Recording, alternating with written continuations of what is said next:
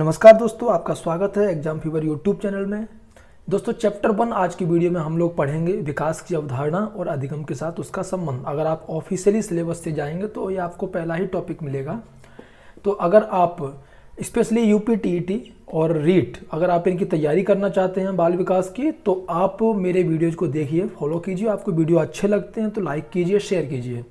और साथ ही साथ आपको तैयारी करनी है पेडागोजी की, और जो भी ऐसे क्वेश्चन आंसर हैं पुराने क्वेश्चंस पेपर की, वो सब कुछ आपको मेरे वीडियो पर मिल जाएगा। तो आज हम पढ़ेंगे दोस्तों विकास की अवधारणा और अधिगम के साथ उसका संबंध। तो आज के वीडियो में हम लोग डिस्कस करने वाले हैं सबसे पहले विकास की अवधारणा, यानी कि विकास होता क्या है, कॉन्सेप्ट क्या है विकास का, विकास के आयाम, विकास किस किस दिशा में होता है, वृद्धि, विकास और परिपक्वता में अंतर, विकास की अवस्थाएं, अधिगम और विकास का क्या संबंध है, अधिगम मीन्स लर्निंग, विकास को प्रभावित करने वाले कारक। इतने टॉपिक कवर करने के बाद फिर हम एक छोटा सा क्विज रखेंगे। टोटल 5 क्वेश्चन होंगे जो कि इन्हीं सभी टॉपिक्स पर बेस्ड होंगे। तो आपने इन टॉपिक्स को क्या पढ़ा है इन्हें अच्छे से पढ़िए, अच्छे से देखिए, उसके बाद आप इन क्वेश्चंस के आंसर दीजिए। तो आपका ये पूरा का पूरा टॉपिक एकदम से कवर हो जाएगा। ठीक है, तो शुरू करते हैं दोस्तों। सबसे पहले विकास की अवधारणा। तो विकास की अवधारणा मीन्स विकास आखिर चीज़ क्या है। यहाँ पर जो लिखा है उसे बाद में देखिए, पहले मैं आपको एक एग्जाम्पल देके बताता हूँ। मान लीजिए आप एक टीचर हैं, भले ही आप तैयारी कर रहे हैं टेट की टीचर के लिए। अज्यूम कर लीजिए आप एक टीचर हैं, और एक टीचर को अगर अपनी क्लास में पढ़ाना है तो उसे सबसे पहले क्या देखना पड़ेगा कि आखिर वो जो पढ़ा रहा है वो उस क्लास में जो बच्चे हैं उनकी समझ में आ रहा है कि नहीं आ रहा है। और ये सब चीज़ें कैसे आएंगी, मालूम कैसे चलेंगी कि आखिर उन सभी बच्चों का जो विकास है वो इस लेवल का है जिस लेवल पर वो पढ़ा रहा है। तो कहने का मतलब है कि जो अध्यापक है वो अलग अलग सामाजिक, आर्थिक और जो सांस्कृतिक पृष्ठभूमि से जो भी बच्चे आते हैं, अगर उनको शिक्षा देने का काम कर रहा है, और वो सभी बच्चे अलग अलग एज के भी हैं और हर एक उम्र की अपनी एक अलग विशेषता होती है, हमें मालूम है। तो उसके लिए क्या होता है कि बच्चे को ऊपर या बच्चे के अंदर वो ऐसे परिवर्तन लेके आए अपनी शिक्षा के द्वारा कि वो बच्चा आगे जा कर के खुद का कल्याण कर सके और देश की जो भलाई है, देश का जो विकास है उसमें काम आ सके। चाहे वो जो शिक्षा दे रहा है, चाहे वो औपचारिक हो, अनौपचारिक हो, किसी भी तरीके से हो। तो इस तरीके से पूरी तरीके से आप ये कह सकते हैं कि वो एक बच्चे का जो व्यक्तित्व है उसका सर्वांगीण विकास करेगा शिक्षा के द्वारा। लेकिन ऐसा कब हो सकता है, जब उस बच्चे का विकास, सभी दिशाओं में विकास अच्छे से हो। यानी कि कोई एक बच्चा समझ भी सके अच्छे से, कोई एक बच्चा जान भी सके उसे बड़ों से छोटों से कैसे बात करनी है। कहने का मतलब है कि जो विकास चारों चौतरफा विकास होता है, सर्वांगीण विकास होता है, मानसिक, सांवेगिक, यानी कि शरीर से भी वो बड़ा होना चाहिए, समझ से भी होना चाहिए, ये सभी बातें उसके अंदर होनी चाहिए। तो यहाँ पर आपने एक चीज़ नोटिस की होगी कि आखिर ये विकास है या वृद्धि है। यानी कि वृद्धि और विकास अगर देखा जाए तो ये दोनों एक ही दूसरे के पर्यायवाची शब्द हैं। वृद्धि मीन्स क्या होता है, तरक्की होना, बढ़ना। विकास मीन्स क्या होता है, तरक्की होना। लेकिन इसमें एक बहुत बड़ा अंतर है। अगर हम बच्चे के रूप में देखेंगे, यानी एक बालक के मामले में देख रहे हैं, देखने में ये दोनों एक दूसरे के पर्यायवाची लगते हैं कि इनका एक ही मतलब है और इनका सब कुछ एक ही होगा, लेकिन ये एक दूसरे पर निर्भर होते हैं। एक अगर बालक या फिर हम खुद को एग्जाम्पल लेते हैं तो हमारी वृद्धि और विकास क्या क्या होती है। जैसे कि वृद्धि क्या होती है, वृद्धि एक तरीके से विकास का एक चरण है, या यूँ कहा जाए जो विकास आप आगे पढ़ेंगे अभी इसी वीडियो में कि विकास जब शरीर का विकास होता है, हमारे बुद्धि का विकास होता है, हमारे इमोशंस का विकास होता है, उस सबको मिलाकर के विकास बोलते हैं। तो उसी में से हमारे जो शरीर का विकास है, यानी कि हमारी लंबाई, ऊंचाई, चौड़ाई, वजन, ये सब चीज़ें जो बढ़ती हैं उसे बोला जाता है वृद्धि। वृद्धि यानी कि ऐसा विकास या ऐसी प्रगति जो हमें दिखाई देती है। ठीक है, अभी यहाँ पर हम विकास की बात कर लेते हैं कि आखिर विकास क्या क्या है। जैसे पहली परिभाषा देखिए, विकास की सीमा वृद्धि तक ही सीमित नहीं होती है, इसमें परिवर्तनों का प्रगतिशील क्रम शामिल होता है। कहने का मतलब क्या होता है कि जो विकास है, ये जो परिभाषा है ये दी थी एक मनोवैज्ञानिक थी श्रीमती हरलॉक। उन्होंने क्या बोला था कि वृद्धि मीन्स हमारे शरीर में जो भी चीज़ें बढ़ रही हैं, वजन, ऊंचाई, लंबाई, तो सिर्फ यहीं तक विकास सीमित नहीं रहता है, क्योंकि एक एज के बाद हमारी लंबाई बढ़ना बंद हो जाती है, हमारा वजन, ऊंचाई बढ़ना बंद हो जाती है। तो ये सब चीज़ें क्या वृद्धि में आ जाती हैं, लेकिन विकास यहीं पर रुकता नहीं है, बल्कि विकास क्या होता है कि प्रौढ़ होने के बाद, हमारी उम्र बढ़ने के बाद आगे के जो लक्षण हैं, आगे के जो लक्ष्य हैं, उनमें परिवर्तन करके एक प्रगति देता है। वो भी क्रम वाइज प्रगति होती है, या यूँ कह सकते हैं आप एक डायरेक्ट लाइन में मैं आपको बता देता हूँ कि पहले जो बच्चा आत्मनिर्भर नहीं होता है, माता पिता पे या दूसरों पे डिपेंड होता है, वही बच्चा एक दिन खुद यानी कि आत्मनिर्भर हो जाता है, हमारी तरह बन जाता है, खुद खा सकता है, खुद पी सकता है, खुद कमा सकता है, खुद पढ़ सकता है। तो यही होता है विकास, यानी कि जब किसी पर दूसरों पर डिपेंड था, यानी कि निर्भरता से आत्मनिर्भर बनने तक की जो प्रक्रिया है, जो परिवर्तन है, उन्हें ही विकास बोलते हैं सीधे शब्दों में। लेकिन अगर अलग अलग मनोवैज्ञानिकों की बात माने तो जैसे श्रीमती हरलॉक ने बोला था कि विकास क्या है, क्रम वाइज जो परिवर्तन होते हैं, प्रगति की तरफ होते हैं, उन्हें विकास बोलते हैं। और ये जो परिवर्तन है वो एक निश्चित परिवर्तन होते हैं और इसी को विकास माना जाता है। ठीक है ना, आपने ये परिभाषा देख ली। अभी अगर अगली परिभाषा को हम देखते हैं कि विकास का एक निश्चित क्रम होता है जो बालक को धीरे धीरे परिपक्वता की ओर बढ़ाता है। यहाँ पर एक शब्द आया परिपक्वता, इसके बारे में हम आगे बात करेंगे। अब यहाँ पर इस चीज़ को किसने बोला है, तो देखा जाए तो ये चीज़ भी एकदम सही है। विकास जो होता है एक क्रम वाइज होता है, कहने का मतलब है कि विकास का एक निश्चित क्रम होता है और जो बालक है जिसका विकास हो रहा है उसमें धीरे धीरे से विकास बढ़ते बढ़ते एक दिन वो परिपक्व हो जाता है और इसमें भी क्या होती है, प्रगति होती है। ठीक है, ये दो बातें हो गई। अब परिपक्व क्या होता है, परिपक्व मीन्स होता है कि परिपक्व वंशानुक्रम से काफ़ी मैच खाता है। वंशानुक्रम मीन्स हमें ऐसी जो गुण या ऐसी जो क्वालिटी या ऐसी कोई भी चीज़ ऐसी हो सकती है जो हमें अपने वंश से मिलती है, अपने माता पिता से, पूर्वजों से मिलती है। तो जो पूर्वजों से जो गुण मिलते हैं, माता पिता से जो गुण मिलते हैं, वो जब बढ़ते हैं तो वही परिपक्वता में बदल जाते हैं। ठीक है, अब यहाँ पर तीसरी जो परिभाषा दी है कि विकास शरीर के गुणात्मक परिवर्तनों का नाम है, यानी कि हमारे शरीर में ऐसे जो गुण हैं, जो हमारे शरीर में बहुत सारे गुण होते हैं, जैसे हमारी कार्य करने की क्षमता, कार्य कुशलता या हमारा व्यवहार है, इन सब में जो परिवर्तन होता है उसे ही बोलते हैं गुणात्मक परिवर्तन। तो जब हमारे काम करने का ढंग, बातचीत करने का ढंग, पढ़ने लिखने का ढंग, खाने पीने का ढंग, इन सब में परिवर्तन होगा, यानी कि प्रगतिशील परिवर्तन होगा, तो उसे हम विकास बोल सकते हैं। तो ये बातें हो गई विकास की।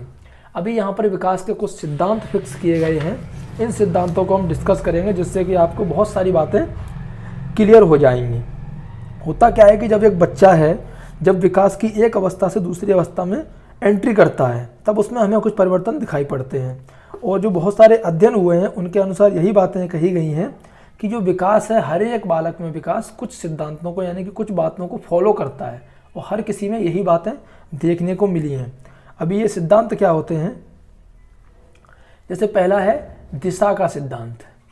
ठीक है, दिशा का सिद्धांत क्या होता है कि हमेशा कोई भी शिशु है उसका जो शरीर में जो विकास होता है वो सिर से पैर की ओर होता है।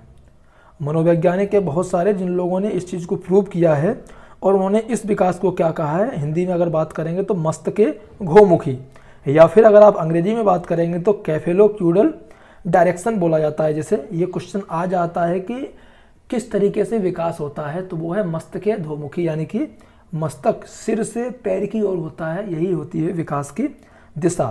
तो इसमें होता क्या है कि सबसे पहले बच्चे का जो सिर है, उसके बाद धड़ है और उसके बाद हाथ पैरों का विकास होता है। तो ये हो गया दिशा का सिद्धांत। अगला जो सिद्धांत है वो है निरंतर विकास का सिद्धांत। तो मनोवैज्ञानिक जो स्किनर हैं उन्होंने बताया था कि विकास की जो भी प्रक्रिया है, हमारे बच्चे या हमारे अंदर जो भी विकास की प्रक्रिया होती है वो निरंतरता के सिद्धांत पर ही रहती है। या कहने का मतलब है कि ये विकास जो है वो धीरे धीरे करके निरंतर आजीवन चलता रहता है, इसी को बोला जाता है निरंतर विकास का सिद्धांत। ये जन्मांतर, जब तक कि बच्चा जब भ्रूण बनता है गर्भ में, तब से लेकर के कब्र तक ये जो निरंतरता का सिद्धांत है वो लागू रहता है, निरंतर विकास बच्चे का होता रहता है। अगला है विकास क्रम का सिद्धांत। तो विकास क्रम के सिद्धांत मतलब क्या है कि विकास जो होता है वो एक तो निश्चित होता है और दूसरा क्या है, एक अरेंजमेंट क्रम में होता है। जैसे पहले बच्चा बब बब बब बोलना शुरू करेगा, उसके बाद बाबा बोलना शुरू करेगा, फिर पापा बोलना, यानी कि धीरे धीरे एक क्रम में होता है। एकदम से डायरेक्ट वो पहले पूरा एक सेंटेंस नहीं बोलता है, पहले एक अक्षर बोलेगा, फिर कोई बात बोलेगा, पहले कोई काम करेगा। तो इसमें होता क्या है कि बच्चे को खास करके एक तो गति संबंधी और एक होता है भाषा संबंधी, ये जो विकास है वो क्रम में होते हैं। ठीक है, और जैसे कि मैंने आपको एग्जांपल दे ही दिया है कि पहले बच्चा क्या करेगा, हल्की फुल्की आवाज़ निकालता है, उसके बाद वो हंसना शुरू करता है, फिर छठे सातवें महीने में वो पा बा माँ ये सब बोलता है और ऐसे करके विकास बढ़ता जाता है। अगला है वैयक्तिक भिन्नता का विकास। वैयक्तिक भिन्नता क्या होता है, इंडिविजुअल डिफरेंसेस, यानी कि हर किसी बच्चे का विकास एक जैसा नहीं होता है। हो सकता है कि दो बच्चे हैं, दोनों की उम्र 2 वर्ष है और दोनों में अलग अलग विकास हो। एक बच्चा बहुत अच्छे से फुटबॉल खेल रहा हो धीरे धीरे करके पैरों से मार के, और एक बच्चा अभी चलने की ही कंडीशन में अच्छे से ना हो। तो ये ज़रूरी नहीं है कि एक ही आयु के दो बच्चों में शारीरिक, मानसिक, सामाजिक ये जो विकास हैं खास करके इनमें भिन्नताएं यानी कि डिफरेंसेस देखे जाते हैं। और बालक का जो शारीरिक, मानसिक, संवेगात्मक जो पक्ष है, खास करके कौन से, एक तो शरीर का विकास, मन का विकास यानी कि बुद्धि का विकास, और जो इमोशंस हैं, ये 3 जो पक्ष हैं विकास के, इनमें एक इंटर रिलेशन होता है यानी कि परस्पर संबंध होता है। तो इसे ही बोलते हैं परस्पर संबंध का सिद्धांत, ठीक है ना।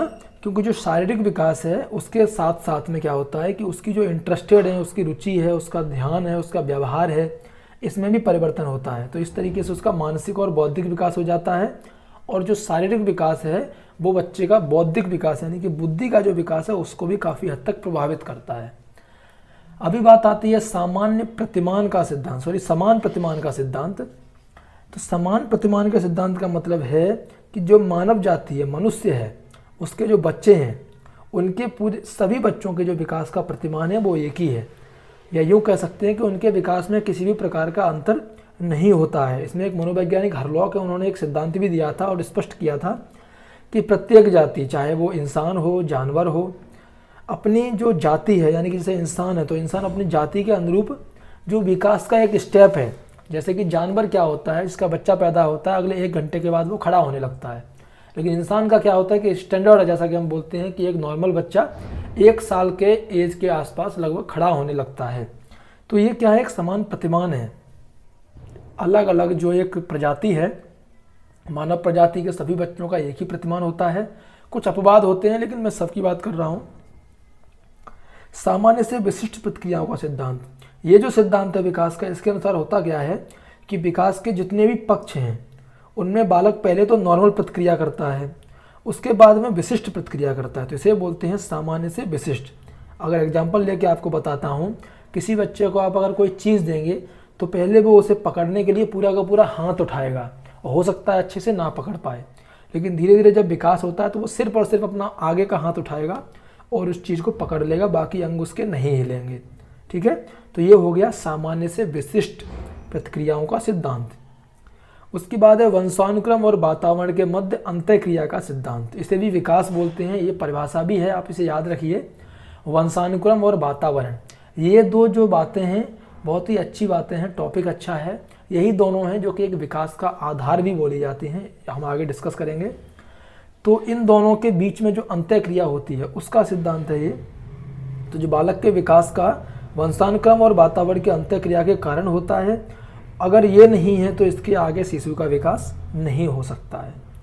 तो इस तरीके से दोस्तों बाल विकास के सिद्धांत समझा दिए। अब ये जो परिभाषा है कि निर्भरता से स्वायत्त होना, यानी कि जो बच्चा है वो निर्भर होता है पहले शुरुआत में, बाद में आत्मनिर्भर हो जाता है, यही है विकास की एक सीधी लाइन में परिभाषा।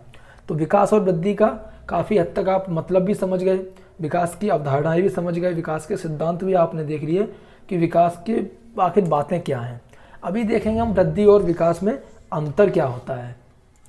तो जैसा कि मैंने पहले ही बताया था, वृद्धि ऐसी चीज़ होती है, हमारी ऊंचाई, लंबाई, भार, इनमें जो परिवर्तन होते हैं उन्हें हम वृद्धि बोलते हैं।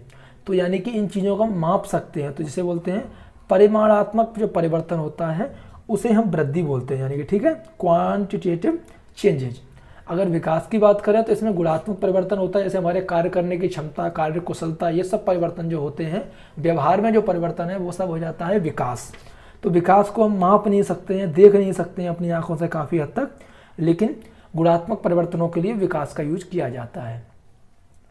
तो वृद्धि क्या होती है कि एक परिपक्वता जब हो जाती है तो परिपक्वता के बाद वृद्धि रुक जाती है। कहने का मतलब है कि 18 वर्ष की उम्र के बाद अक्सर देखा होगा हमारी लंबाई बढ़ना, ये सब चीज़ें बंद हो जाती हैं, हमारी समझ एक तरीके से फिक्स हो जाती है कि 18 वर्ष का हो गया, अब ये नागरिक बन चुका है। तो इसीलिए बोला जाता है कि जो परिपक्वता है, परिपक्वता जब ग्रहण कर दी जाती है उसके बाद बच्चे की जो वृद्धि है वो समाप्त हो जाती है, पूरी ज़िंदगी नहीं चलती है, लेकिन जो विकास जीवन पर्यंत चलता रहता है। कहने का मतलब है आप अपने व्यवहार में चेंज, अपने एटीट्यूड में चेंज पूरे जीवन भर ला सकते हैं। कुछ सोच समझ के कुछ अंतःक्रिया होती हैं, उसकी वजह से क्या होता है कि जो विकास जो शब्द है वो अपने आप में एक अलग ही एक विस्तृत जो एक अर्थ रखता है। और वृद्धि क्या है, वृद्धि इसका एक मात्र एक भाग है, देखा जाए तो एक स्टेप है, चरण है, ठीक है ना। अभी अगला जो अंतर है कि वृद्धि एक सीमित शब्द है, तो देखा जाए तो वृद्धि एक सीमित शब्द ही है, क्योंकि संपूर्ण विकास जो होता है उसका एक छोटा सा एक स्टेप है वृद्धि। और वृद्धि ओनली शरीर में जो चीज़ें दिख रही हैं उसकी वृद्धि के लिए ही वृद्धि शब्द यूज करते हैं, जबकि विकास का क्या मतलब है, विकास एक विस्तृत अर्थ होता है अपने आप में, और जिसका मतलब होता है कि चारों तरफ सर्वांगीण जब बॉडी में विकास होता है उसे ही विकास बोला जाता है, ठीक है ना। विकास क्या मैक्सिमम जो है एक अच्छे ही काम में होना, व्यवहार में परिवर्तन आना, ये सब विकास बोला जाता है। और विकास की जो प्रक्रिया है वो जीवन पर्यंत चलती रहती है। वृद्धि मापी जा सकती है और विकास को प्रत्यक्ष नहीं माप सकती है, बिल्कुल सही बात है, क्योंकि वृद्धि को माप सकते हैं आप, लंबाई कितना है, कितने किलोग्राम वजन है, कितनी हाइट हो गई है, लेकिन जो विकास है कि आपका व्यवहार कितना किलोग्राम है, ऐसा माप सकते हैं, नहीं माप सकते। तो विकास क्या है, इसको प्रत्यक्ष यानी कि अपने आंखों से देख करके नहीं माप सकते हैं। अभी यहाँ पर एक जो महत्वपूर्ण टॉपिक है वो है विकास, वृद्धि और परिपक्वता में संबंध।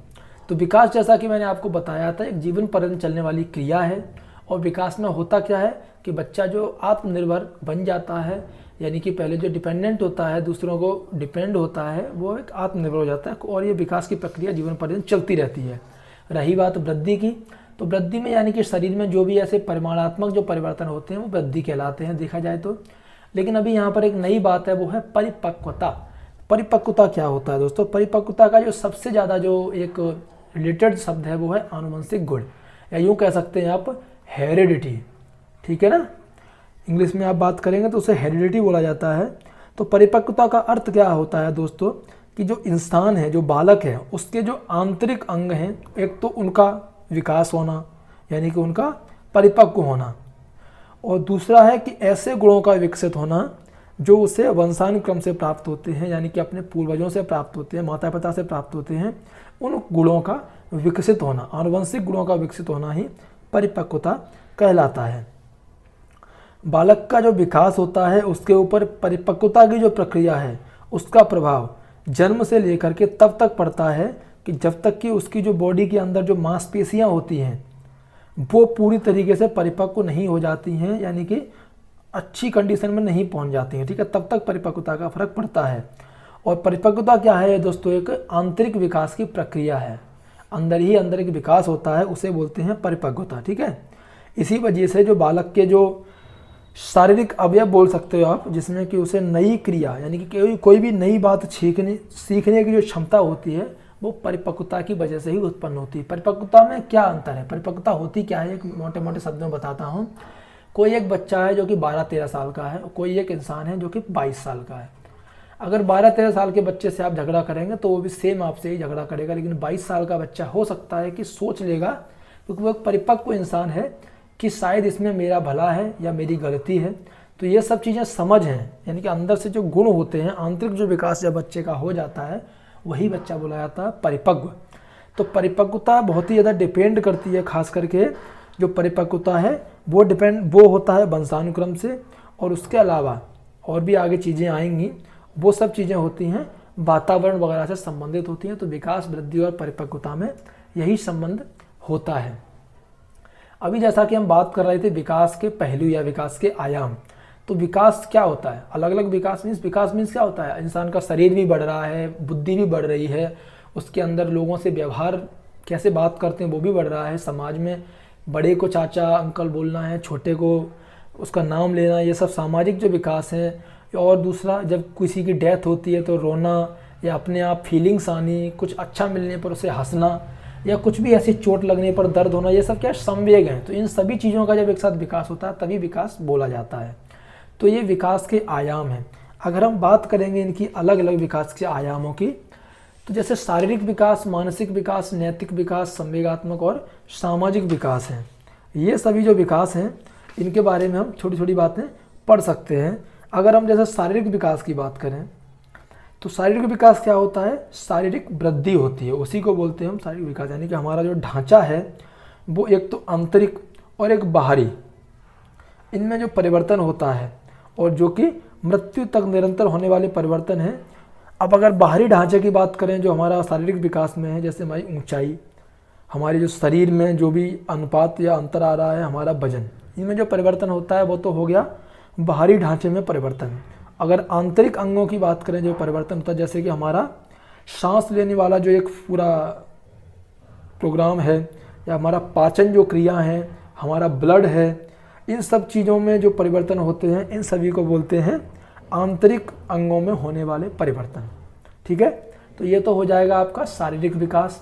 अभी अगर मानसिक विकास की बात करें तो मानसिक विकास क्या होता है, किसी भी बालक की जो मानसिक योग्यताएं हैं, उसकी बुद्धि में जो योग्यताएं हैं और क्षमताएं हैं, उनमें जो परिवर्तन होता है उनको बोला जाता है मानसिक विकास। ठीक है, बालक की जो संवेदना यानी कि उसके अंदर जो सेंस हैं, संवेदना के वजह से क्या होता है, जो संवेदना होती है, संवेदना को अगर आप उसका अर्थ निकालेंगे, कहने का मतलब है आप कोई भी चीज़ फील करते हैं, गरम ठंडा, थप्पड़ कोई मारा, तो इन सब चीज़ों का जब आप वो करेंगे, अर्थ निकालेंगे नया, यानी कि इनका एक कल्पना करेंगे कि इन्हें अगर हम रियल में देखें तो उसे बोलते हैं प्रत्यक्षीकरण। ये क्वेश्चन भी आ जाता है। ठीक है, या फिर कल्पना करना, या याद रखना, या फिर विचार करना, ये सभी क्या मानसिक विकास के ही एक उदाहरण हो जाते हैं। तो सामाजिक विकास इसके बाद क्या होता है, जैसे यहाँ पर आप देखिए सामाजिक विकास, तो सामाजिक विकास से मतलब होता है कि जो भी समाज में उसे संबंध है, समाज में जो भी व्यवहार वो कर रहा है, उनमें जो परिपक्वता उसकी आ जाती है, उसमें उसका जो एक बड़प्पन आ जाता है, उसे बोला जाता है सामाजिक विकास। अगर हम बात करें मनोवैज्ञानिक हरलॉक के अनुसार, तो सामाजिक विकास का जो लक्ष्य होता है वो बच्चे में सामाजिक परिपक्वता लाना होता है। बच्चा जो है वो परिवार से ही सबसे पहले क्या सीखता है, सामाजिकता। सबसे पहले वो परिवार, आस पड़ोस, और उसके बाद वो विद्यालय और उसके बाहर की जो दुनिया है उसके कांटेक्ट में आता है, और वहीं पर वो सीखता है, क्या सीखता है, जैसे कि लोगों से सहानुभूति दे रहे हैं, उसका सहयोग कर रहे हैं, या लोग सद्भावना से रहते हैं, परोपकार करते हैं, त्याग करते हैं, इन सब चीज़ों का वो बाहर से ही सीखता है, अपने आसपास के कॉन्टेक्ट से सीखता है। वैसे देखा जाए तो एक बच्चा जो है वो सबसे ज़्यादा स्वार्थी होता है। क्यों? क्योंकि वो सिर्फ अपने ही बारे में सोचता है, लेकिन धीरे धीरे जब वो समाज में रहने लगता है, बड़ा होता है, तो जो मैंने ऊपर बातें बताई थी उन सबको सीख सीख के वो भी एक सामाजिक प्राणी बन जाता है पूरा। ठीक है, अभी बात करते हैं संवेगात्मक विकास। संवेग मतलब मैंने आपको पहले ही बताया, हमारे इमोशंस, क्योंकि संवेग का जो अंग्रेजी रूपांतर है वो इमोशंस बोला जाता है। तो जो इमोशंस हैं, इन इमोशंस में जो परिवर्तन आते हैं, ये इमोशंस जब बच्चा सीखता है तो इमोशंस में होता क्या है, इमोशन का मतलब होता है एक उत्तेजना। ठीक है ना, जब उसे कुछ ऐसी चीज़ फील होती है, यानी कि एक्साइटेड जब बच्चा होता है, तो उसका ब्लड प्रेशर में चेंजेज आते हैं, उसकी जो हार्ट बीट है उसमें चेंजेज आते हैं, उसकी जो सांस लेने की स्पीड है वो कम ज़्यादा होने, जब उसे डर लगता है तो और ज़्यादा हो जाती है, जब गुस्सा आता है तो अलग तरीके से उसके शरीर में चेंजेज आते हैं। तो ये सभी इमोशंस हैं। ठीक है, इन्हें ही बोलते हैं संवेग। तो इन्हीं का जो विकास है, इनको जब कंट्रोल करने से, बच्चा जब छोटा होता है तो उसे गुस्सा बहुत ज़्यादा आता है, डर बहुत लगता है, लेकिन धीरे धीरे वो इन्हें कंट्रोल करना सीख लेता है, और जब ज़रूरत होती है जिस संवेग की, वही संवेग निकल करके बाहर आता है। तो इसे बोलते हैं संवेगात्मक विकास। अभी बात करें अगर नैतिक विकास की, तो नैतिक विकास में आप बोल सकते हैं चारित्रिक विकास, यानी कि बच्चे के चरित्र का जो विकास होता है, उसके व्यवहार में जो अंतर आते हैं, वो नैतिक बातें, जो मोरल बातें हैं, उनको जब वो सीखता है तो ये सब चीज़ें आ जाती हैं हमारे नैतिक विकास के अंतर्गत। अभी जो आगे जो हम अवस्थाएं पढ़ेंगे कि विकास की, यानी कि मानव शरीर की जो अवस्थाएं हैं क्या क्या होती हैं, उसके बाद मैं इन सभी विकास के बारे में आपको बताऊंगा कि आखिर क्या क्या विकास होता है। अभी यहाँ पर एक महत्वपूर्ण टॉपिक और आ गया है आपके सामने, इससे क्वेश्चन बहुत आते हैं कि विकास और अधिगम में संबंध क्या है। तो दोस्तों अधिगम होता क्या है, सबसे पहले आप ये जान लीजिए। अधिगम मतलब होता है लर्निंग। लर्निंग का मतलब क्या होता है, सीखना। ठीक है ना, तो अभी जैसे कि हमारे आसपास वातावरण है, वातावरण से हम बहुत सारी चीज़ें सीखते हैं, और जो बच्चा जब धीरे धीरे बड़ा होता है तो वो वातावरण के साथ अपने आप को ढालता है, एक तालमेल बिठाता है वातावरण के साथ। तो जब बच्चा वातावरण के साथ तालमेल बिठा रहा होता है तो उसके जो शरीर या उसका जो मन है उसमें बहुत सारी क्रियाएं होती हैं, और उसकी वजह से परिवर्तन आते हैं, यानी कि वो बहुत सारी चीज़ें सीख जाता है। कैसे? जैसे कि आप कभी, यानी कि कोई बालक है वो पहले बहुत ही शांत जगह पर रहता है, वो आराम से सो जाता है, लेकिन जब वो किसी ऐसी जगह पर जाता है जहाँ शोरगुल ज़्यादा है, उसके बाद उसे सोने में कुछ दिन समस्याएं होती हैं, लेकिन बाद में वो वहीं पर एडजस्ट हो जाता। तो ये क्या हुआ, उसने सीख लिया उस माहौल में रहना। तो इसी तरीके से वातावरण के साथ जब बच्चा सामंजस्य बिठाता है और उसके बाद उसके शरीर में, उसके मन में जो क्रियाएं होती हैं, जो परिवर्तन होते हैं, तो उसे ही बोलते हैं सीखना या फिर अधिगम। तो अधिगम क्या, एक विकास है जो कि प्रयास और अभ्यास से, मैंने आपको बताया ना, एक तो प्रयास और अभ्यास से अधिगम बच्चों में आता है। चाहे हम अधिगम सीखना या आप किताबों के रूप में भी ले सकते हैं। आप किसी टॉपिक को पढ़ रहे हैं, समझ में नहीं आ रहा है, उसको 2-4 बार कोशिश करते हैं, प्रयास करते हैं, अभ्यास करते हैं, तो आपको वो ज़रूर समझ में आएगा, ठीक है ना।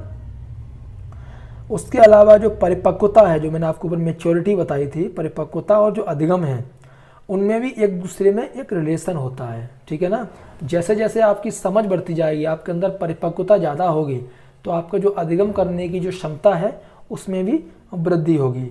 इसीलिए दोनों का एक दूसरे पर प्रभाव पड़ता है। यानी कि अगर आप अच्छा अधिगम कर रहे हैं तो आप जल्दी परिपक्व भी हो जाएंगे, यानी कि समय से एक स्टैंडर्ड परिपक्वता की अवस्था में आ जाएंगे। और जो विकास होता है, विकास के अंदर ये दोनों ही आ जाते हैं। यानी कि बच्चे का परिपक्व होना और अधिगम होना, ये दोनों ही विकास में महत्वपूर्ण स्थान रखते हैं। बस अंतर क्या है कि परिपक्वता क्या है कि हेरिडिटी यानी कि वंशानुक्रम से रिलेटेड है, और जो अधिगम है वो वातावरण से रिलेटेड है, ठीक है। विकास जो है वो बालक के सभी क्षेत्रों में होता है, और जो परिपक्वता है वो क्या है, एक सीमा तय कर देती है विकास की। बस अंतर यही है और कोई अंतर नहीं है, बाकी विकास सब जगह पे होता है। अभी यहाँ पर हम पढ़ेंगे विकास की अवस्थाएं, जो मैंने आपको बताया था। इन्हीं अवस्थाओं के बाद फिर मैं आपको बताऊंगा कि हमारे जो विकास के आयाम है वो इन अवस्थाओं में कैसे कैसे होते हैं। तो सबसे पहले आप देखिए, वैसे तो अलग अलग मनोवैज्ञानिकों ने अलग अलग बुक्स में जब आप पढ़ेंगे तो विकास की जो अवस्थाएं हैं बहुत सारी भी मिल सकती हैं, 5 से ज़्यादा भी मिल सकती हैं, 5 से कम भी मिल सकती हैं, लेकिन सामान्यतः जो मनोवैज्ञानिक हैं वो इन्हीं 5 अवस्थाओं के बारे में बात करते हैं।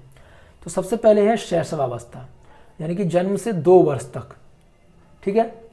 अभी आप बोलेंगे कि जन्म से पहले का, तो जन्म से पहले की जो अवस्था होती है उसे भी प्रसव पूर्व अवस्था बोला जाता है, प्रसव पूर्व अवस्था, ठीक है।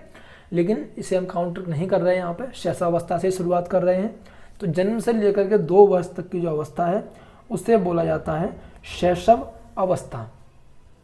शैशव अवस्था में क्या होता है कि जो बच्चे की जो मानसिक शक्ति है वो बहुत धीरे स्पीड से बढ़ती है, यानी कि बच्चा सबको पहचानने की कोशिश करता है, बैठने की कोशिश करता है। तो शैशवावस्था में जो मानसिक स्थिति शक्ति है वो बढ़ती है। इसके बाद है पूर्व बाल्यावस्था, जो कि 2 से 6 वर्ष तक का समय है। इसी को बोला जाता है खिलौनों की आयु। क्या बोला जाता है इसे?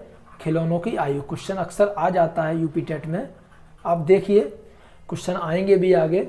तो इसे बोलते हैं खिलौनों की आयु। 2 से 6 वर्ष तक की उम्र है। उत्तर बाल्यावस्था है 6 से 12 वर्ष तक की उम्र। यहाँ पे आकर के जो बच्चा है वो चिंतन करने लगता है, सोचने विचारने लगता है। फिर जो उम्र आती है उसे बोलते हैं किशोर अवस्था। 12 से 18 वर्ष का समय है। सामाजिक पहचान का एक द्वंद्व छिड़ा होता है इस उम्र में बालक के अंदर कि वही है, बाकी और कुछ नहीं है। इसे ही बोलते हैं किशोरावस्था। ज़्यादा जानकारी हम आगे लेंगे। फिर है प्रौढ़ावस्था, जो कि 18 वर्ष के बाद का समय है। तो ये हो गई टोटल 5 अवस्थाएं। इन 5 अवस्थाओं के बाद हम आगे देखेंगे कि आखिर जो विकास होता है इन अवस्थाओं में कैसे कैसे होता है। अभी हम देखेंगे विकास के आधार क्या हैं, क्योंकि विकास के कोई ना कोई तो आधार रहे होंगे जिन पर विकास पूरी तरीके से टिका होगा। तो यही 2 आधार हैं जो आपको बताए थे, एक तो वंशानुक्रम और एक वातावरण। वंशानुक्रम किससे रिलेटेड रहता है? आपकी मेच्योरिटी या यूँ कहिए आप परिपक्वता। मैंने आपको पहले भी पढ़ाया था अभी थोड़ी देर पहले। और जो वातावरण है, वातावरण से रिलेटेड होता है अधिगम। और ये दोनों ही विकास के महत्वपूर्ण पहलू हैं, ये भी मैंने आपको बताया था। अभी ये कैसे होते हैं रिलेटेड, अब आप ये खुद समझ सकते हैं, क्योंकि कुछ मनोवैज्ञानिक हैं, जैसे कि उनके नाम मैं आपको बता देता हूँ, डगलस और हॉलैंड। इन्होंने क्या बोला था कि कोई व्यक्ति का जो वंशानुक्रम है उसमें वे सभी बनावटें जो हमारे शरीर में होती हैं और शरीर की जो भी विशेषताएं हैं, क्रिया या क्षमताएं हैं, इसमें शामिल होती हैं, जिनको वह अपने माता पिता और अपने पूर्वजों से प्राप्त करता है। और बालकों को यानी कि बच्चों को न केवल अपने माता पिता से बल्कि अपने पूर्वजों से भी बहुत सारे शारीरिक और मानसिक गुण प्राप्त होते हैं। इसी को बोला जाता है। या तो आप आनुवंशिकता बोल सकते हैं या फिर वंशानुक्रम बोल सकते हैं, कुछ भी आप इसे नाम दे सकते हैं। और जो वंशानुक्रम का जो इफेक्ट है वो शरीर और मन दोनों पर ही दिखाई पड़ता है। आपने देखा होगा बहुत सारे लोग बोलते हैं कि ये बिल्कुल अपने माँ की तरह या अपने पिताजी की तरह दिख रहा है, या फिर इसकी जो आदतें हैं वो अपने परिवार में माँ बाप की तरह या किसी की भी तरह होती हैं, लोगों को अक्सर बोलते हुए आपने सुना होगा। तो इसीलिए जो वंशानुक्रम है उसका परिपक्वता पर बहुत ही बड़ा प्रभाव पड़ता है। दूसरा जो हमारा फैक्टर है वो है वातावरण। तो वातावरण क्या है, वातावरण का भी आप वही चीज़ें देख सकते हैं। जैसे कि सबसे पहले वंशानुक्रम के बारे में थोड़ी सी और बात कर लेते हैं। अगर आप देखिए तो वंशानुक्रम के बारे में यानी कि हेरिडिटी के बारे में ऐसी चीज़ें देखी गई हैं कि हमारा जो शरीर है या किसी बालक की देह या जो शरीर है उसकी जो भी रचना संबंधी यानी कि उसके शरीर का जो फिगर है, बॉडी है, उसमें कोई भी कमी, कोई भी ऐसी बीमारी या कुछ भी अच्छी बातें, ये सभी इनका जो ट्रांसफ़र है वो माँ बाप के द्वारा बालकों में नहीं होता है। सबसे पहली बात तो ये है, समझ रहे हैं आप। यानी कि गुण आते हैं, आदतें आती हैं, लेकिन अगर आप सोच रहे हैं कि रचना संबंधी मीन्स जैसे कि अगर एग्जाम्पल देके बात करें कि किसी बच्चे के माँ बाप हैं वो अपंग हैं, तो ज़रूरी नहीं है कि उस बच्चे का अपंग होना पैदा होना ही ज़रूरी है। ठीक है, अंधे माँ बाप हैं, उनकी संतानें भी आँखों से देखने वाली हो सकती हैं। कुरूप माँ है तो उसकी बेटी भी सुंदर हो सकती है। तो ऐसा कोई फिक्स नहीं है, जैसा कि हमारे समाज में एक भ्रांति फैली रहती है कि माँ ऐसी है तो बच्चा भी ऐसा होगा, ऐसा नहीं है। तो कोई भी ऐसा रचना संबंधी यानी कि शरीर की जो बनावट संबंधी जो कोई भी अगर ऐसा दोष या ऐसा कोई विकार है तो वो बच्चों में आएगा ही आएगा, वंश से ऐसा नहीं होता है। ठीक है, और दूसरी बात है गुणों के बारे में भी। अगर गुणों की बात करें तो ये भी ज़रूरी नहीं है कि संगीतकार है तो उसका बेटा संगीतकार ही होगा, पहलवान है तो उसका बेटा पहलवान ही होगा। आपने पहले भी पढ़ी होंगी ये बातें। अगर हम बात करें वातावरण की, तो वातावरण जिसे आप पर्यावरण भी बोलते हैं, इन्वायरमेंट जो भी बोल सकते हैं, तो इंसान का जो जीवन है और इंसान का जो व्यवहार है उसको ये बहुत ज़्यादा प्रभावित करता है। अगर वातावरण की बात करें कि वातावरण होता क्या है, तो वातावरण में ऐसे वो सभी तत्व आ जाते हैं जिन्होंने कि इंसान का जो जीवन है उसे आरंभ करने के समय भी उसे प्रभावित किया था। आपकी समझ में आया? तो सबसे पहली बात ये समझ लीजिए कि जो वातावरण है वो इंसान के जीन्स के अलावा, हमारी जो बॉडी में जीन्स होते हैं ना, उसके अलावा बाकी सभी चीज़ों को प्रभावित करने की हिम्मत रखता है, एक गुण रखता है, उसे ही बोला जाता है वातावरण। वातावरण में वो सभी शक्तियाँ होती हैं, वो सभी तत्व शामिल हो जाते हैं जो कि हम जब यानी कि बच्चा भ्रूण होता है, माँ के पेट में होता है, तो वो माँ के पेट के आसपास माँ जो भी कुछ खा रही है, पी रही है, रो रही है, सो रही है, तो वो सब चीज़ें उस बच्चे पर इफेक्ट डालती हैं। तो वो उसका वातावरण है, उसका गर्भ। उसी तरीके से जब बच्चा माँ के पेट से बाहर निकल आता है उसके बाद जैसे कि भोजन, पानी, जलवायु, घर, विद्यालय, गाँव या शहर का वातावरण, कोई भी सुविधा, तो ये सभी क्या है कि वातावरण में ही शामिल होती हैं। और इसके अलावा भी जैसे माँ बाप, परिवार के जो मेंबर्स हैं, पड़ोसी हैं, दोस्त हैं, सहपाठी हैं, तो इन सभी का भी जो व्यवहार है ये भी वातावरण में काउंट हो जाता है। तो ये सभी चीज़ें बहुत ज़्यादा इफेक्ट डालती हैं हमारे विकास पर। तो विकास के ये आधार हैं, अगर ये दोनों चीज़ें सही मिल जाएं, फिट मिल जाएं, तो बच्चे का विकास बहुत अच्छे से होता है। विकास को प्रभावित करने वाले कारक कौन से? सबसे पहले तो क्या है, उचित पोषण, जिसे आप न्यूट्रिशन भी बोलते हैं। अगर बच्चे को जन्म के समय से लेकर के जब तक कि उसके अंदर प्रगति होती है, खास करके तब तक, बाकी पूरी ज़िंदगी मिले तो बहुत अच्छी बात है, अगर उसे उचित पोषण मिलता है तो उसका विकास बहुत ही अच्छे से होता है। ये इसको प्रभावित करने वाला कारक है। अगर नहीं मिलेगा तो कुपोषण वगैरह हो जाता है। और समय पर देखभाल, यानी कि जैसे कि बच्चे को उस टाइम पर, जब बच्चा छोटा होता है तो उसकी बहुत देखभाल चाहिए होती है, तो उसकी अगर देखभाल सही से हो रही है तो ये भी बच्चे के उसको जो विकास है उसको प्रभावित करता है बहुत ज़्यादा। विकास को यानी कि आंतरिक विकास की अगर हम बात करें तो आंतरिक विकास को प्रभावित करने वाले भी कुछ कारक हैं, जैसे कि आनुवंशिक कारक। आनुवंशिक कारक क्या होते हैं? कुछ ऐसे गुण जो हमें मिलते हैं माता पिता से, आनुवंशिक गुणों से। तो कुछ आनुवंशिक गुणों में कुछ बच्चे इतने स्मार्ट होते हैं, जैसे आपने बहुत सारे लोगों को आपने सुना भी होगा कि बच्चा 5 साल का या 3 साल का और पूरी की पूरी श्रीमद् भागवत गीता सुना सकता है। तो ये सब क्या है? उसने कहीं पढ़ी थोड़ी है, ये सब आनुवंशिक गुण आ जाते हैं। तो कुछ आनुवंशिक गुणों से कोई बच्चा बहुत फास्ट हो जाता है, कोई स्लो रह जाता है। तो ये आनुवंशिक कारक हैं जो कि बच्चे को प्रभावित करते हैं। सामाजिक कारक, सामाजिक कारक में आप कोई भी ऐसी बातों को ले सकते हैं कि बच्चे के आसपास कैसा समाज है। अगर कोई पढ़ा लिखा समाज है, शांति प्रिय समाज है, तो बच्चा भी उसी टाइप का आगे विकास होगा। अगर कोई एक गंदा समाज मिलता है तो बच्चे का विकास भी वैसा ही होगा। सामवेगिक कारक हैं जो कि बच्चे के विकास को बहुत ज़्यादा प्रभावित करते हैं। सामवेगिक कारकों में यानी कि बच्चे का जो रोना, बच्चे को दुख होना, खुशी होना, ये सब चीज़ें हैं विकास को प्रभावित करने वाली चीज़ें हैं। बौद्धिक कारक, बच्चे का जो बौद्धिक विकास है, बौद्धिक विकास यानी कि बौद्धिक कारक ऐसे होते हैं जो कि बौद्धिक विकास को प्रभावित कर सकते हैं। अगर अच्छे मन रूप में प्रभावित करेंगे तो बच्चे का विकास अच्छा होगा। अगर वो एक नेगेटिव यानी कि ऋणात्मक रूप से प्रभावित करेंगे तो एक ऋणात्मक विकास होता है बच्चे का। उसके बाद होते हैं ऐसे जीवी कारक, यानी कि बच्चे के पेट में है, जब बच्चा माँ के पेट में है उस समय ऐसी कोई घटना हो जाती है जिसकी वजह से धीरे धीरे करके उसके विकास को प्रभाव हो जाता है, तो एक वो ऋणात्मक जीवी कारक हो जाता है। या फिर जीवी कारक कुछ ऐसे प्रभावी हो जाते हैं जो कि बच्चे को प्रभावित करते हैं। अगर बाह्य कारक की बात करें तो माँ की मानसिक स्थिति, बच्चा गर्भ में है और उस समय अगर माँ की मानसिक स्थिति अच्छी है तो बच्चे का विकास बहुत अच्छे से होता है। अगर माँ की मानसिक स्थिति अच्छी नहीं है तो बच्चे को प्रॉब्लम हो सकती है, बच्चे के भी मानसिक स्थिति पर असर पड़ता है। अगर माँ की शारीरिक स्थिति भी अच्छी नहीं है, माँ बीमार रहती है, तो बच्चे के ऊपर भी काफ़ी असर पड़ता है। इन्हें भी बाह्य कारक में ही रखा गया है। गर्भ का वातावरण देखने में आंतरिक कारक लगता है लेकिन ये भी बाह्य कारक में आ गया है नए नियम के अनुसार। तो गर्भ का वातावरण कहने का मतलब है कि गर्भ में अगर बच्चे को कोई प्रॉब्लम नहीं है तो बच्चे का विकास बहुत अच्छा होता है। अगर गर्भ में कोई भी ऐसी प्रॉब्लम होती है तो बच्चे के विकास पर प्रभाव पड़ता है। बच्चा सिंगल है या ट्विंस है, ये चीज़ भी बच्चे के विकास पर बहुत ज़्यादा प्रभाव डालती है।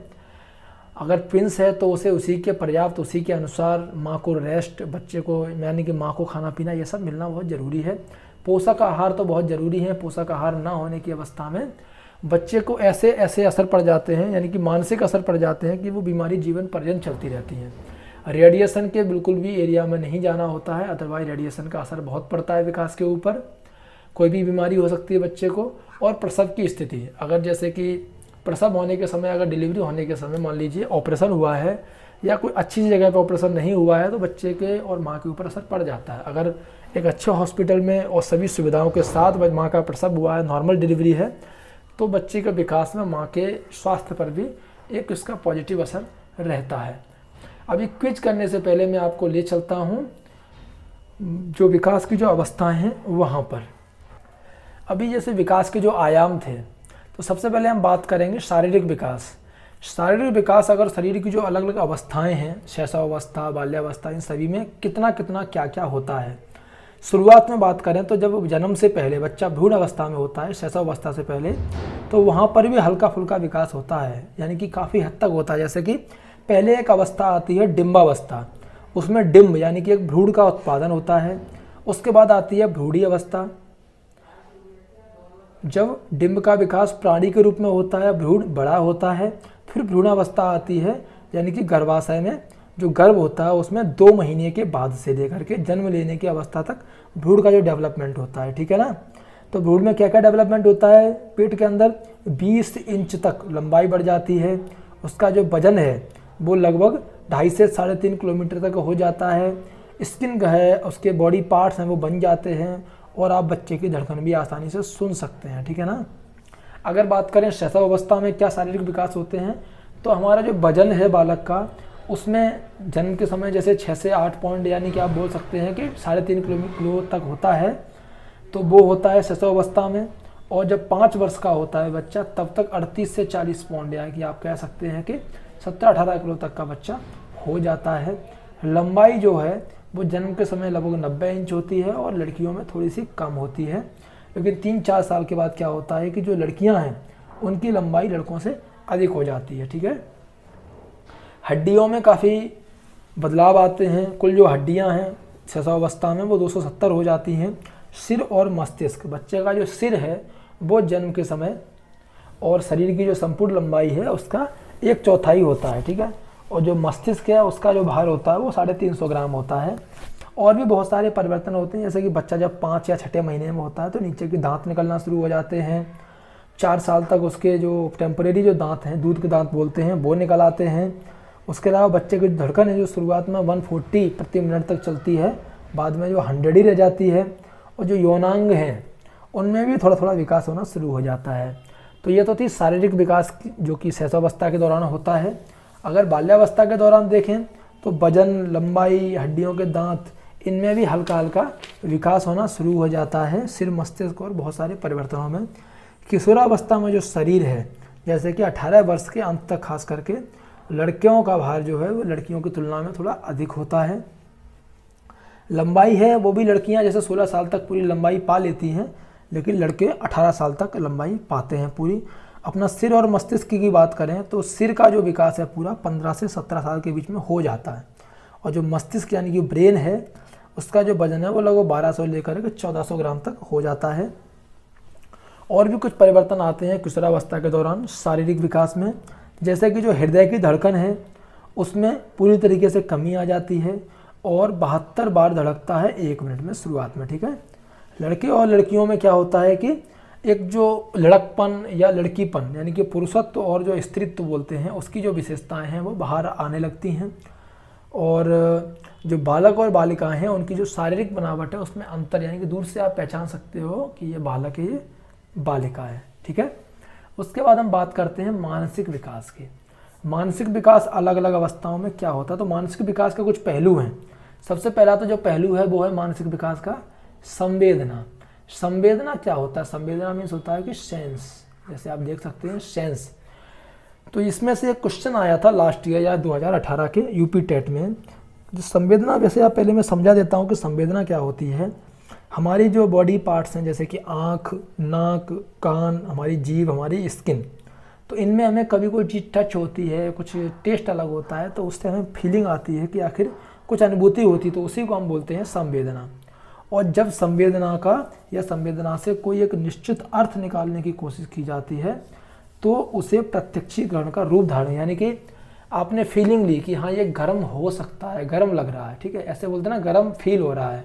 अगर आप उसका एक क्या बोलते हैं निश्चित अर्थ निकालते हैं कि ये गर्म ही है, तो क्या होता है प्रत्यक्षीकरण, यानी कि जैसे कि मैं बोलता हूँ कि हाँ भाई मैंने उस आदमी को देखा है, बोला कहाँ, फेस टू फेस मैंने बात की, तो आदमी बिलीव कर लेता। तो उसी तरीके से जब प्रत्यक्ष यानी कि सामने से चीज़ें हो जाती हैं, कहने का मतलब है कि अभी तक वो फील हो रही थी, अब उनको अगर उसका एक निश्चित अर्थ निकाला जाएगा तो वो हो जाएगा प्रत्यक्षीकरण। यही क्वेश्चन आया था कि संवेदना से कोई निश्चित अर्थ निकालने की चेष्टा की जाती है तो उसे क्या बोलते हैं प्रत्यक्षीकरण, यानी कि वो प्रत्यक्षीकरण का रूप धारण कर लेता है। और एक जो वर्ड है वो है संप्रत्यय। संप्रत्यय क्या होता है कि आप अपने जो पुराना एक्सपीरियंस है उसके अनुमान के हिसाब से किसी भी इंसान के बारे में कुछ भी सोच सकते हैं, कुछ भी उसके बारे में जो विचार हैं आपके, उसे ही बोलते हैं संप्रत्यय। संप्रत्यय में क्या होता है कि या तो भेद भाव की वजह से, या ये बोल सकते हैं द्विभेदीकरण और सामान्यीकरण, दोनों ही उपयोगिताओं को देखा जाता है, योग्यताओं को देखा जाता है। मानसिक विकास में और क्या क्या चीज़ें होती हैं? मानसिक विकास में एक तो मेमोरी का डेवलपमेंट होता है, यादगार स्मरण शक्ति बढ़ जाती है, और जो समस्या समाधान करने की योग्यता है उसमें भी स्टेप बाय स्टेप विकास होता है। अभी इन्हीं चारों चीज़ों को लेकर के, एक तो संवेदना या फिर आप बोल सकते हैं प्रत्यक्षीकरण, एक होता है संप्रत्यय यानी किसी भी इंसान के बारे में अपने आप से ही खुद से तर्क वितर्क करके उसके बारे में विचारधारा बना लेना, होता है संप्रत्यय। और मेमोरी और समस्या समाधान की योग्यता, इन चारों के बीच पर हम अलग अलग अवस्थाओं में देखेंगे आखिर कितना विकास होता है। अगर हम शैशवावस्था की बात करें मानसिक विकास की, तो शैशवावस्था में क्या होता है कि जो बच्चे को जो मानसिक जो शक्तियाँ हैं वो पूरी तरीके से अविकसित होती हैं, यानी कि कुछ भी विकास नहीं होता है देखा जाए एक तरीके से, तो ठीक है ना। धीरे धीरे जैसे जैसे एज बढ़ती है वैसे वैसे जो मानसिक योग्यता है उसमें वृद्धि होती है। तो यहाँ पर मनोवैज्ञानिक एक सोरेनसन ने क्या बोला है कि जैसे जैसे बच्चा प्रतिदिन, प्रतिमास और प्रति वर्ष बढ़ता है वैसे वैसे उसकी जो मानसिक शक्तियाँ हैं वो भी बढ़ती हैं। अब यहाँ पर पहला जो आधार हमने रखा था संवेदना या प्रत्यक्षीकरण योग्यता, उसके अनुसार क्या होता है कि ये इस उम्र में शैशवावस्था में बच्चे की जो संवेदना है वो एकदम नील होती है, पिछड़ी हुई होती है, कोई भी इंद्रिय ज्ञानेंद्रिय विकसित नहीं होती है। 2 से 3 वर्ष में जाकर के बच्चा कि नॉन और अननोन चीज़ों में अंतर करना सीखता है। और ये जो शैशवावस्था के अंत तक क्या होता है कि वो वातावरण से परिचित हो जाता है और वस्तुओं में जो भी अर्थ हैं उसको निकालने का या उनको सीखने का प्रयास करने लगता है।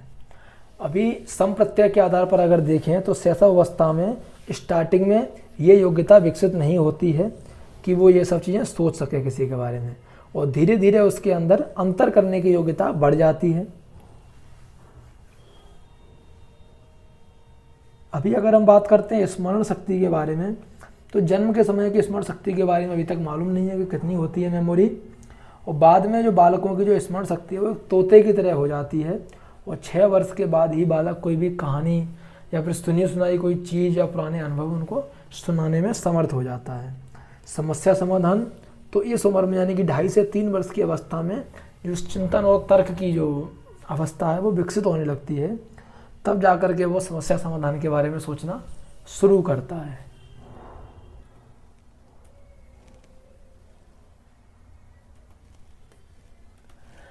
अभी जो बाल्यावस्था है, तो बाल्यावस्था में जो मानसिक विकास है वो कितना होता है। बाल्यावस्था की बात करें अगर हम, तो जैसे पहला आधार हमने बनाया है संवेदना और प्रत्यक्षीकरण, तो जो ज्ञानेंद्रिय हैं उनका जो उपयोग करना शुरू करता है बच्चा इस उम्र में, और जिज्ञासा का भी बढ़ना शुरू हो जाता है बच्चे के अंदर। बाल्यावस्था में भी 2 अवस्थाएं होती हैं, पूर्व बाल्यावस्था और उत्तर बाल्यावस्था। तो पूर्व बाल्यावस्था, इसमें बच्चे खिलौनों को बहुत लाइक करते हैं, तो इसीलिए इसे खिलौनों की उम्र भी कहा जाता है। और क्रो एंड क्रो जो मनोवैज्ञानिक हैं उनका कहना है कि जब बच्चा 6 साल का हो जाता है तो उसकी जो मानसिक शक्तियाँ और योग्यताएं हैं उनका पूर्ण विकास हो जाता है, ये उनका कहना है, ठीक है। और जब बाल्यावस्था के जो अंत के वर्ष हैं, यानी कि 2 से लेकर के 12 वर्ष तक बाल्यावस्था रहती है, तो अंत के जो वर्ष हैं उनमें बच्चे के अंदर प्रत्यक्षीकरण, यानी कोई चीज़ सोची है या क्यों कह सकते हैं जो चीज़ फील की है तो उसको फिक्स होना, श्योर होना, प्रत्यक्षीकरण की जो योग्यता है वो विकसित हो जाती है। अभी अगर समस्या समाधान के या स्मरण शक्ति के बारे में आप पूछते हैं, तो जो मेमोरी है, तो बाल्यावस्था में क्या होता है कि रटने की, कोई चीज़ को रटने की जो ताकत है, ये यूँ कहिए कि रटन शक्ति है, वो स्पीड में बढ़ती है, ठीक है। छोटी छोटी जो लाइंस हैं उनको बच्चा दोहराना या फिर कहानी सुनाना सीख लेता है। कोई भी मूवी देखी है तो उसका 1/4 या 3/4 भाग तक वो सुनाने की क्षमता रखता है, उसमें सफल हो जाता है। और समस्या समाधान की अगर बात करें तो बच्चा कितनी दिन, तारीख या वर्ष या फिर सिक्के, इनका ज्ञान ही उसे हो पाता, तो उसी तरीके की समस्याएं बस बाल्यावस्था में बच्चा सॉल्व कर सकता है।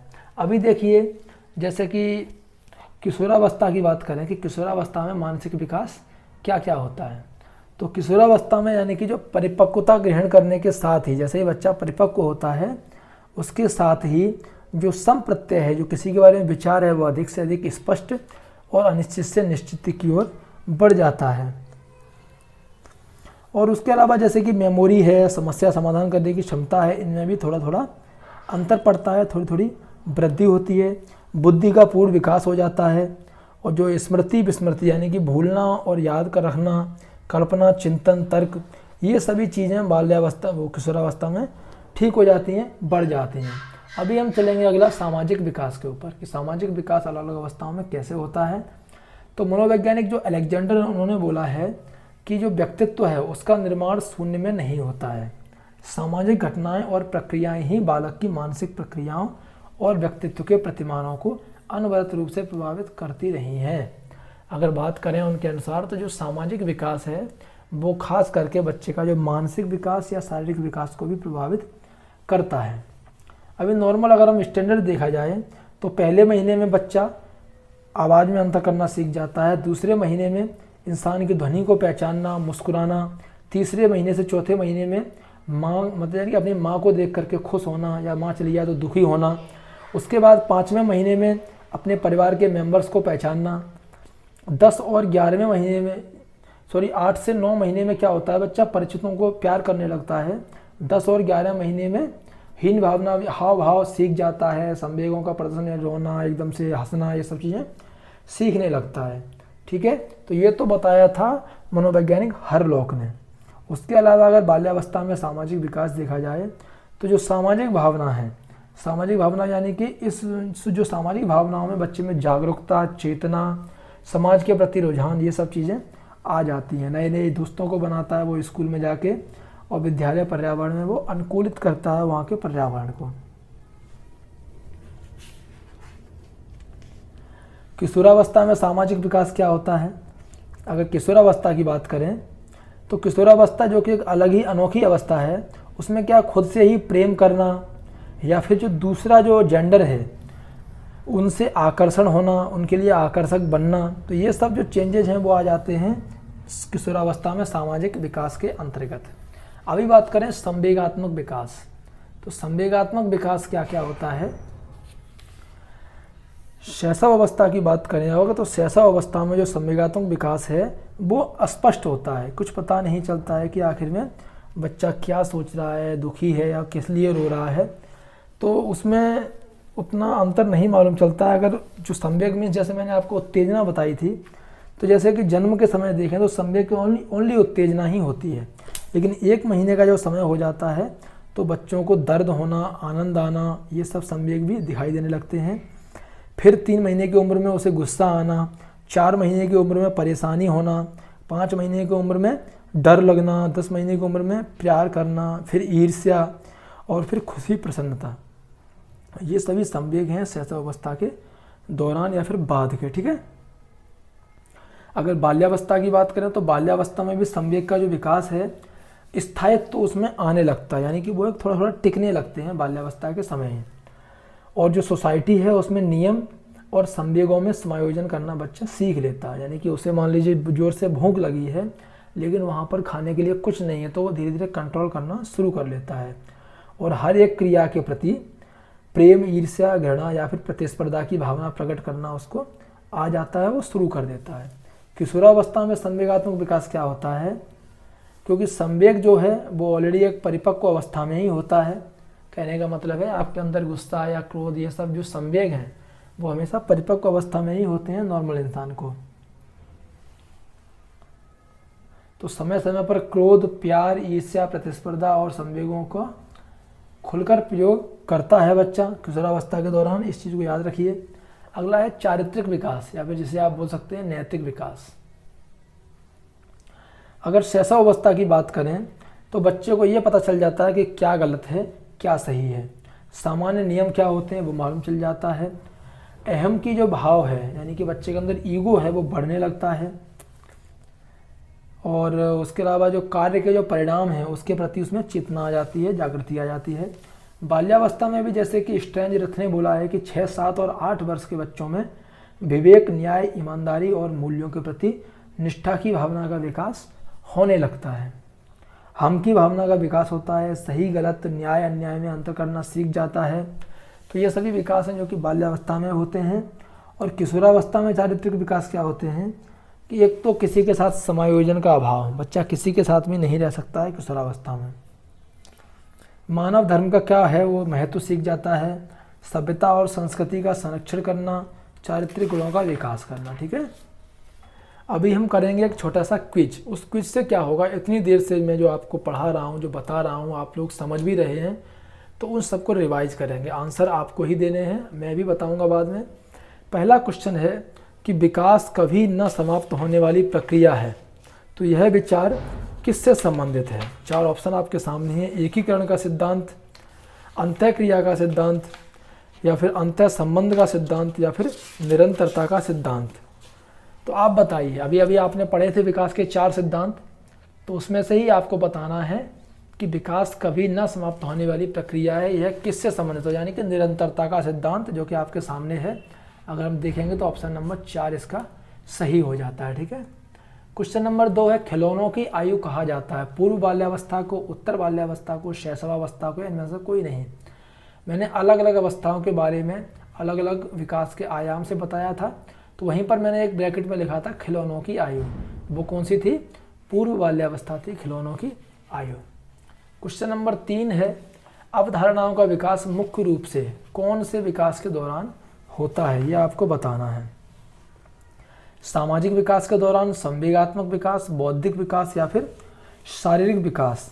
तो जो अवधारणाएं आती हैं मनुष्य के शरीर में, आप कुछ भी चीज़ें ऐसी सीखते हैं तो अवधारणा का जो विकास है वो मुख्य रूप से किसका हिस्सा है, तो ये होता है बौद्धिक विकास का हिस्सा। जब आपका बौद्धिक विकास हो रहा होता है तभी आपके मन में अवधारणा यानी कि विचार आएंगे।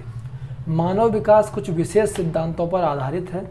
इनमें से कौन सा मानव विकास का सिद्धांत नहीं है। प्रतिवर्ती, निरंतरता, अनुक्रमिता और सामान्य से विशिष्ट। सामान्य से विशिष्ट आपने मानव विकास के सिद्धांत में पढ़ा था, निरंतरता का होता है, क्रम वाइज होता है, तो ये प्रतिवर्ती जो है ये विकास के सिद्धांत में शामिल नहीं है। Option number A correct. Question number 5 है कि विकास शुरू होता है उत्तर बाल्यावस्था से, प्रसव पूर्व बाल्यावस्था से, प्रसव पूर्व अवस्था से, शैशवावस्था से या पूर्व बाल्यावस्था से। तो बालक का जो विकास है वो कब से शुरू होता है, मैंने क्या बताया था, जब बच्चा गर्भ में होता है तो एक जो भ्रूण है वो डिम्ब का निर्माण होता है, तो तब से ही विकास शुरू होता है और कब्र तक ये विकास चलता है। तो ये हो गई प्रसव पूर्व अवस्था से। ऑप्शन नंबर 5 सही हो गया। धन्यवाद दोस्तों। आपको ये वीडियो कैसा लगा? अगर आपको अच्छा लगा है तो लाइक और शेयर जरूर कीजिए। लाइक पक्का कीजिए, आप जितने भी लोग देखते हैं इसे, अगर अच्छा लगता है तो लाइक जरूर कीजिए। इससे मुझे मालूम चल जाता है कि वीडियो मेरा आप लोगों को अच्छा लग रहा है। यूपी टीईटी की तैयारी में पूरी की पूरी आपको कराऊंगा और पूरी की पूरी ऐसे ही थ्योरी और जो मैं ओल्ड क्वेश्चन पेपर्स डाल रहा हूँ उनके माध्यम से कराऊंगा, फिर क्वेश्चंस भी कराऊंगा। तो यूपी टीईटी में फिलहाल हम बाल विकास कर रहे हैं, तो आप बाल विकास के वीडियोज़ को देखिए और यूपी टीईटी के नोट्स आप तैयार कर सकते हैं। जब तक आपका एग्जाम होगा आपका ये पूरा का पूरा टॉपिक तैयार हो जाएगा। तो बाल विकास के लिए आप मेरे चैनल पर जो वीडियोज़ हैं इनको देख सकते हैं। धन्यवाद दोस्तों।